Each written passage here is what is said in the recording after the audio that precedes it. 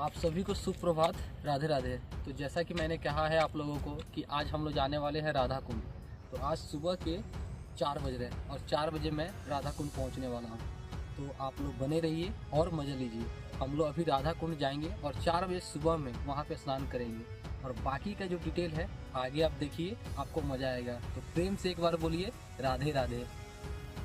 Finally हम लोग गोवर्धन के परिक्रमा मार्ग तक पहुंच जाते हैं और यहाँ से राधा कुंड करीब 1 किलोमीटर की दूरी पर है। तो हम लोग यहाँ से निकल जाते हैं और राधा कुंड के पास धीरे धीरे आगे बढ़ते हैं। क्या आप लोगों को पता है कि आखिर राधा कुंड का निर्माण कैसे हुआ? आखिर क्या रीज़न था कि यहाँ पे कुंड बना? ये सामने आप देख सकते हैं, यही है राधा कुंड। आज से कई साल पहले की बात है, जब भगवान श्री कृष्ण अपनी गैया चराने के लिए जंगल में जाते हैं। वहाँ पे अपनी गैया को प्यार से चराते हैं, उनके साथ उनके सखा भी होते हैं, वो सभी मिलके गैया चराते हैं। तभी अरिष्टासुर नामक एक दानव, जिसको हम लोग राक्षस कह सकते हैं, उसने गैयों पर आक्रमण कर दिया। जब श्री कृष्ण ने उसे पराजित किया और उसका वध कर दिया, जिसके कारण उन पे एक दोष लग गया गौ हत्या का, जिसके कारण उन्हें संन्यास लेने के लिए, यानी कि उन्हें 7 नदियों का पानी से स्नान करना पड़ रहा था, जिसके कारण गांव के सभी लोगों ने उनका विरोध किया। तभी राधा रानी ने 7 ब्राह्मणों की सेवा करके उनसे 7 जल को प्राप्त किया और उससे सभी ने मिलकर राधा रानी को दिया। राधा रानी उस जल से भगवान श्री कृष्ण का अभिषेक करती हैं, जिसके फलस्वरूप उसी स्थान पर कुंड का निर्माण होता है और उसी स्थान पर राधा कुंड का निर्माण होता है। राधा कुंड बहुत ही सरल है, वो हमारी राधा रानी के स्वभाव को दिखाता है।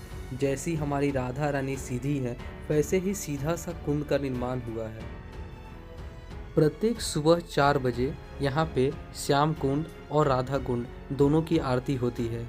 जब यहाँ पे राधा कुंड का निर्माण हुआ था तो भगवान श्री कृष्ण ने ठीक बगल में एक श्याम कुंड का भी निर्माण किया।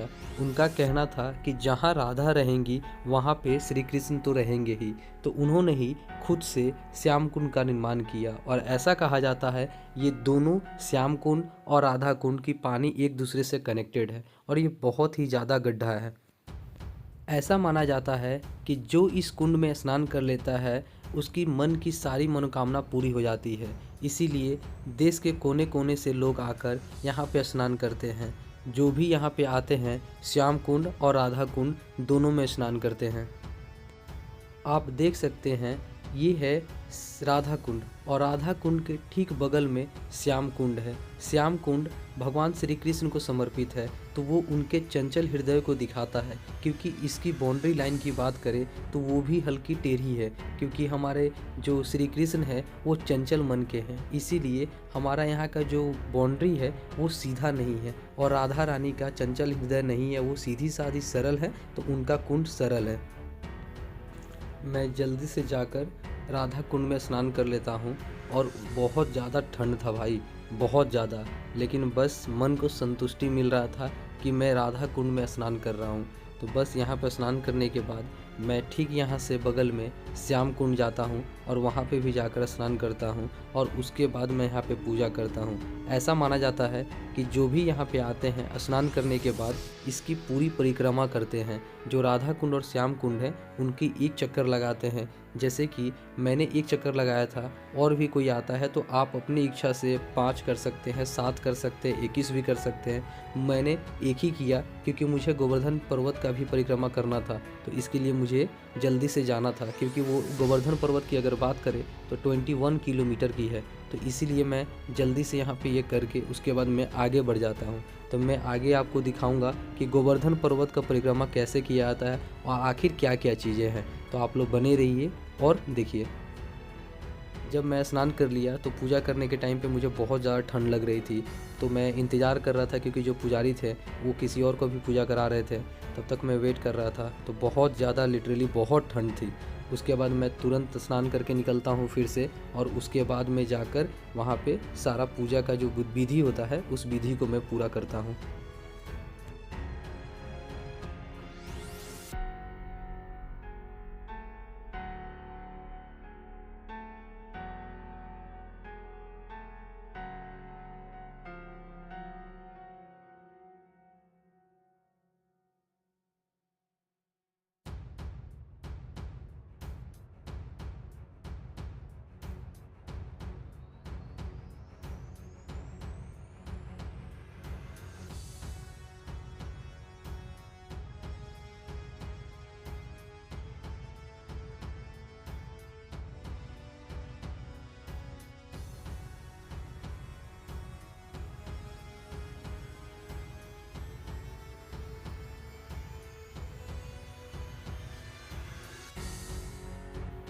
पूजा करने के बाद मैं परिक्रमा करने के लिए चला जाता हूँ। क्या आप लोग कभी यहाँ गए हैं? अगर गए हैं तो प्यार से एक बार राधे राधे लिखना कमेंट में ना भूलें और अपना एक्सपीरियंस ज़रूर शेयर करें।